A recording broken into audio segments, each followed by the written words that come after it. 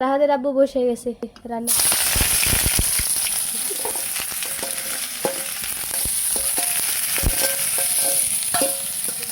আর হয়তো সবাই বলবেন যে একটু মাংস দিয়ে বিরিয়ানি করছে, তো একটু মাংস হচ্ছে আটিকে আর সেটা দেওয়া গেছে, তো সেটা দিয়েই বিরিয়ানি করবো। রাহাদের আব্বু খুব পছন্দ, মানে বিরিয়ানি খুব পছন্দ করে।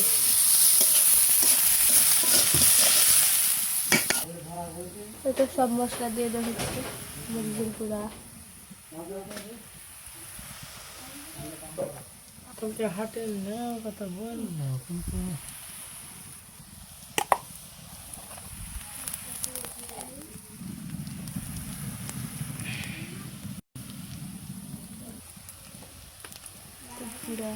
গরম মশলা,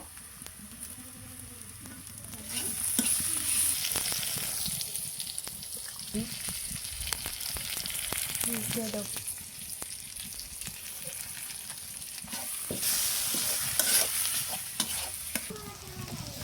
চালটা দিয়ে দিচ্ছে।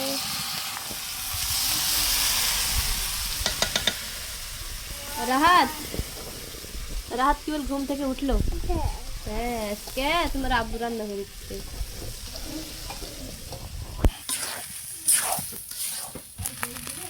পনির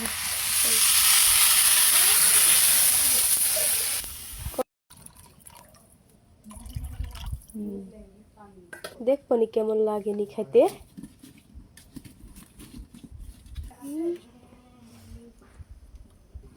ওকে দেখবো নি কেমন লাগে খাইতে। আরে পাগলি রান্না খাইছিস? সে সুন্দর সেন্ট বেরোচ্ছে। স্যান্ডও সুন্দর করে, খাইতেও সুন্দর লাগবে। সত্যি আমার বিশ্বাস তোমারটা ভালো হবে। তাই? আমার থেকে এত বড় কথা বললে? ওকে, আজকে তুমি রান্না করে আমাকে খাওয়াবে। আজকে শুরু তোমার রান্না বান্না। কি বুঝতে পারিস? তা হবে না। ওটাই মানে ওটাই করতে হবে। আমাদের নতুন রাঁধুনি। সেটা মাংস, তাছাড়া মানে তুমি মাংস রাঁধতে পারবে, তুমি এমনি রাঁধতে পারবে না? তাহলে মাংস কিনে আসবে আর তুমি রান্না করে আমাকে খাওয়াবে।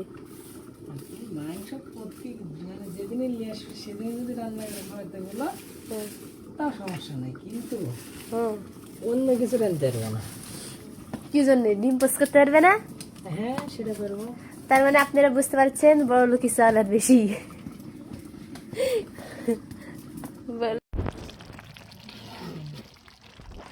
সেই সুতোর কাদা লাগছে রে, না হতেই। আরে দেখলে হবে, রাঁধছে কে সেটা দেখতে হবে না। রাঁধছে যে কথায় বলে না, রাঁধছে হচ্ছে ভাইরাল মেঘনার হাজবেন্ড। কথায় আছে না যে দেখলে হবে খরচা আছে, তো ওইটাই দেখলে হবে, রাঁধছে কে সেটাও তো দেখতে হবে। আমি তো বললাম আমাকে না দিয়ে নিজেই খেতে। ভালো আছে। এ রে আল্লাহ, নিজের রান্না নিজের প্রশংসা নিজেই করতে। তোরা খালে তো বুঝতে পারবে। আজকে দেখবো নি কেমন লাগেনি।